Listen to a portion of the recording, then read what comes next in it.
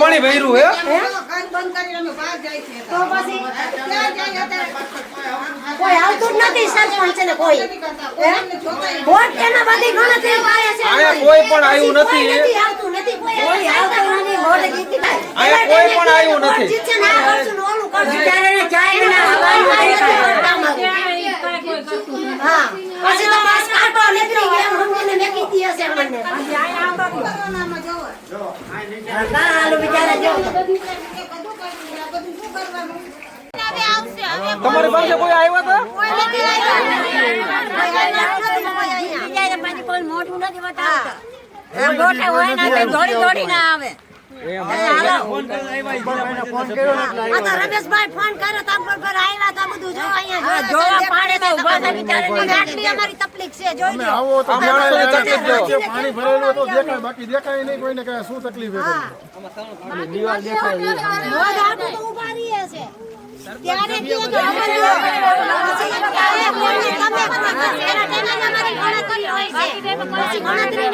આ લોકોની પરિસ્થિતિ ખરેખર બહુ ગંભીર છે આ લોકોના જે પ્રશ્ન છે ખરેખર સાચા છે રેલવેની દિવાલ બનવાથી આ મોટો પ્રશ્ન ઊભો થયો છે આ જો રેલવેની દિવાલ ન તૂટે તો આ લોકોને હજી ઘર પણ બુડાઈ જાય પૂરેપૂરા એવી શક્યતા છે જે આ રેલવેની દિવાલ છે આ રેલવેની દિવાલ ન તૂટે એટલે આ લોકોના ઘર પૂરેપૂરા બુડાવવાની શક્યતા છે આ દિવાલ પડી ગઈ જો અવતાર્યો ઘડીક વાર ઉભા રહ્યો લે એટલે બના રમેશભાઈ રેકોર્ડિંગ કરી લે હું ઉભો રહી જાઉં હાલ આપણે ઉભા રહી જાય આ ચાલુ છે ને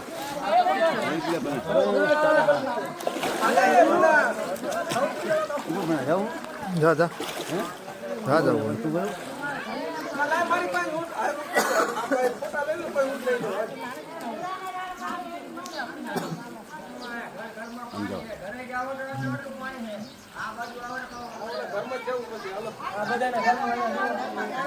હા બધા ઓકે થઈ ગયું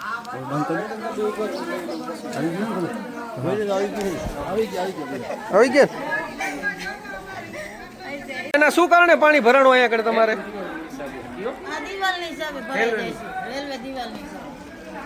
આ જે નાના માણસનું મકાન છે એના ઘરની અંદર પણ પાણી ઘૂસી ગયેલ છે આવા ના બધા જ વિસ્તારમાં પાણી સંપૂર્ણપણે ભરાયેલ છે આ નજરની સમક્ષ બધા જોયો કે આ નાના માણસો કઈ રીતે પોતાના અત્યારે બાલ બચ્ચાને રસોઈ બનાવીને એમનું ગુજરાન હલાવે ભાઈ આપણે શું કહેવાનું થાય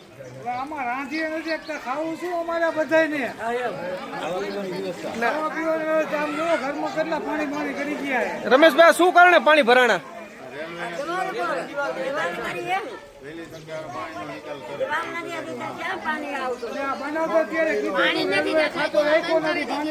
આ ખરેખર આ મુશ્કેલીનો સમય હોય ત્યારે જ ખબર પડે કે આ મુશ્કેલીમાં શું ખરેખર નાના માણસોની મુશ્કેલી છે આ નાના માણસોની મુશ્કેલી ખરેખર નજરની સામે દેખાય જે આ તમામ વિસ્તાર છે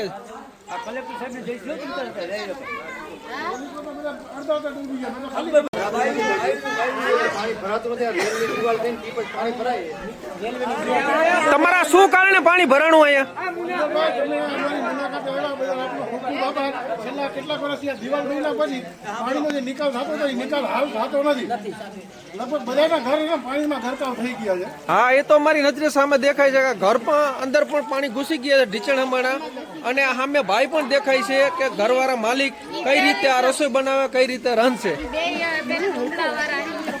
રાંધવાનું લગભગ બપોરના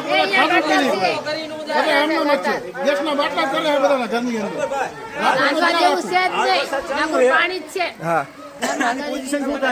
હાલ હજી પણ વરસાદ ચાલુ છે જો અહીંયા અતિ વરસાદ વધારે આવશે તો આ ગામના ઝૂંપડપટ્ટી લોકોને રહેવા માટે પણ રાતની તકલીફ છે જે હજી સુધી કોઈ તંત્ર એ પહોંચ્યું નથી હવે પાણી ભરાણું હોય કે ના કારણેથી પાણી ભરાણું હોય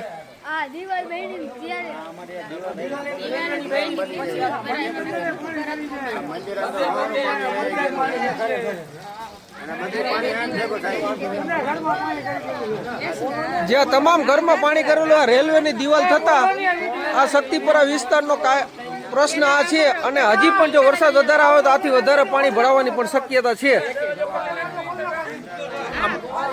તમારી પાસે કોઈ આવ્યા અધિકારી તંત્ર વાળા કોઈ આવ્યા? કોઈ આવ્યું નથી ને? હા, કોઈને દાડાવાળા વગર નથી કરવા. તમારી મુલાકાતે કોઈ આવ્યું જ નથી. તો હું અહીંયા મુલાકાતે આવ્યો, તમે મને ઓળખો છો? હા, ખાઈને કોઈ રાંધ્યું નથી, એમને ભૂખ્યા છે આ બધા. હા, અંદર કે રીતે રસોઈ કરેલી લાગે, બધું તળાઈ ગયું. આ બધું તળાઈ ગયું, કોઈ લોકો ભૂખ્યા છે. અહીંયા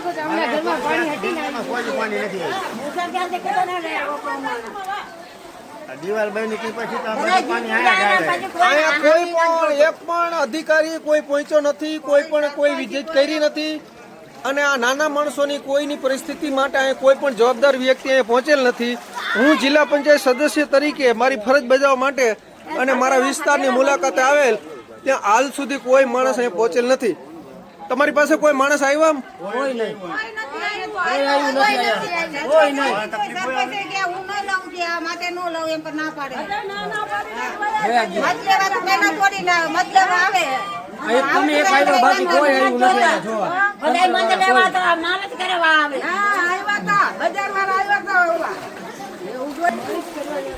શું બેન તમારા બધાની તકલીફ આ જ છે ને? પાણી ભરાય જ. આ જો આપણી નજરની સમક્ષ આ પાણી આ કેવો ભરેલા છે.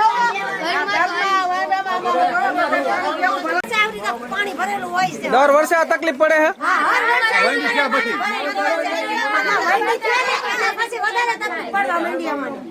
આ નાના માણસોની પરિસ્થિતિ જુઓ. આ તમામ જગ્યાએ આ પરિસ્થિતિના હાલ છે. હજી સુધી અહીંયા કોઈ તંત્ર અહીંયા આવ્યું નથી અને કોઈ તંત્રના અધિકારીએ કોઈ જાણ કોઈને કરી નથી. આ જિલ્લા પંચાયત સદસ્ય તરીકે હું અહીંયા સ્થળ તપાસમાં આવેલ છું, જ્યાં નજરની સમક્ષ બધું દેખાય.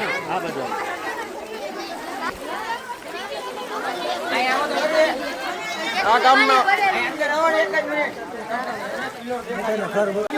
અંદર જાઓ અંદર. હવે આ હું જિલ્લા પંચાયત સદસ્ય તરીકે અહીંયા આગળ સ્થળ ઉપર શક્તિપરા વિસ્તારમાં આવ્યો છું. ત્યાં આ નાના માણસના મકાનમાં હવે જુઓ તમે આનો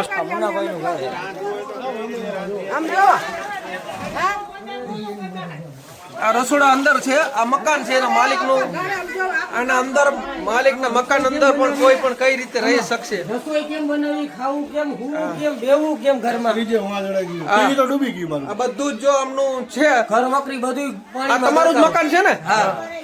તો શું તકલીફ ના હિસાબથી પાણી ભરાણું? ઓલી દિવાલ જે રહી ને એ બનાવ્યા પછી પાણીનો નિકાલ હાવ બંધ થઈ ગયો. હા, બંધ થઈ ગયું. એના હિસાબે ઘરમાં પાણી ગરવા માંડ્યા. હા. તમારી પાસે કોઈ તંત્ર વાળા મુલાકાત આવ્યા? નથી આવ્યું. તમે આવી ગયા અને ખબર કાઢી ગયા, ઘર અંદર આવીને જોઈ ગયા કે આટલું પાણી ખરેખર ભરેલું છે, આનો નિકાલ કરવો જરૂરી છે. કોઈ તો આવીને શુદ્ધ લઈએ, કોઈ શુદ્ધ લેવા વાળું નથી. એવું લાગે કે માનસ મળ્યા હોય આપણે એની જેમ થઈ ગયું. ત્યાં કારણે એકવાર એનો પાણીનો નિકાલ થઈ જાય તો તમારો ખૂબ ખૂબ આભાર. તમે આવ્યા હો, તમે અમને બધાને જોયા. હું જિલ્લા પંચાયત સદસ્ય તરીકે હું પૂરી ટ્રાય કરીશ તમારા પાણીનો નિકાલ ખોલવા માટે. અને આપણે ઉપર પણ કલેક્ટર સાહેબને રજૂઆત કરશું, જ્યાં તમારા વિડીયો અને ફોટા બધા હું બતાવીશ. આ માણસોના મકાન છે જો. આ મકાનની અંદર પાણી વહેરું છે.